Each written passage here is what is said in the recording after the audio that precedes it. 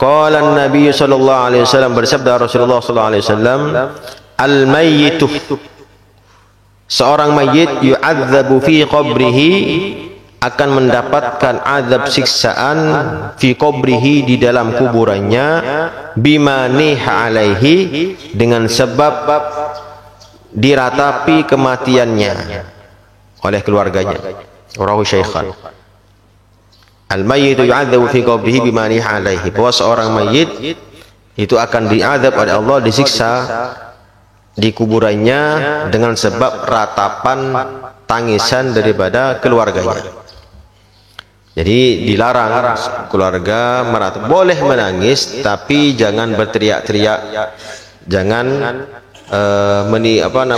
keluar ucapan-ucapan yang bersifat ratapan-ratapan terhadap kematiannya.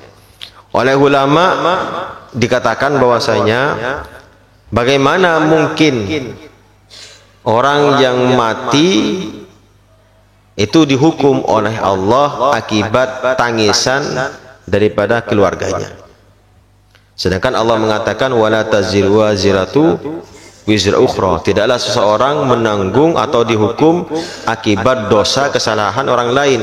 Yang menangis keluarganya yang dihukum yang mayitnya, yang menangis keluarganya yang dihukum mayitnya. Bagaimana mungkin ini terjadi? Oleh ulama dikatakan yang dimaksud dengan azab ini yang pertama adalah apabila mayit tersebut berwasiat kepada keluarganya untuk menangis.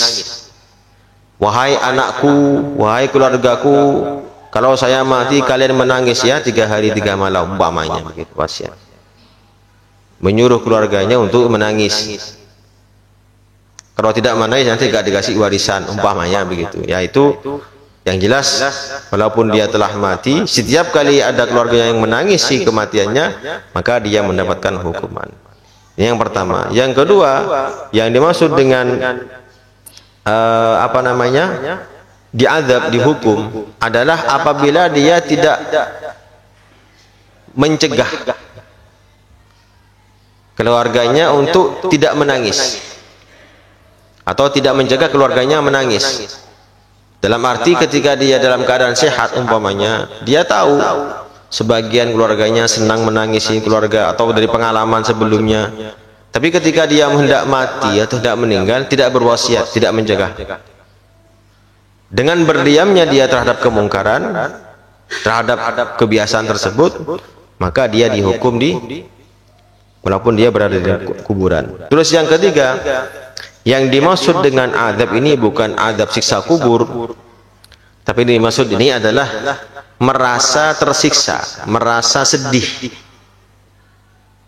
Karena setiap amal perbuatan dari orang yang hidup itu akan diperlihatkan oleh Allah kepada orang yang telah meninggal. Jadi amal perbuatan kita, anak, cucu, semuanya diperlihatkan kepada orang-orang tua kita yang telah meninggal. Diperlihatkan. Jangankan kepada orang tua kita, kepada Rasulullah SAW diperlihatkan. Bayangkan amal perbuatannya kita setiap hari, setiap malam diketahui dan diperlihatkan kepada keluarga dan bahkan kepada Rasulullah SAW. Dalam hadis disebutkan bahwasanya Rasulullah apabila melihat kebaikan yang dia lihat dari umatnya, dia mengucapkan alhamdulillah, dan apabila dia melihat keburukan yang dilakukan oleh umatnya, Rasulullah istighfarah, beliau membaca istighfar. Jadi ada beberapa hal mengapa dikatakan bahwa mayit itu disiksa di dalam kuburannya. Yang pertama adalah apabila dia berwasiat, yang kedua adalah apabila dia tidak mencegah kemungkaran tersebut, yang ketiga apabila yang dimaksud di sini adalah bukan azab tapi merasakan tersiksa, sebagaimana tangisan ketika melihat keluarganya menangis. Rawahu Syaikhan.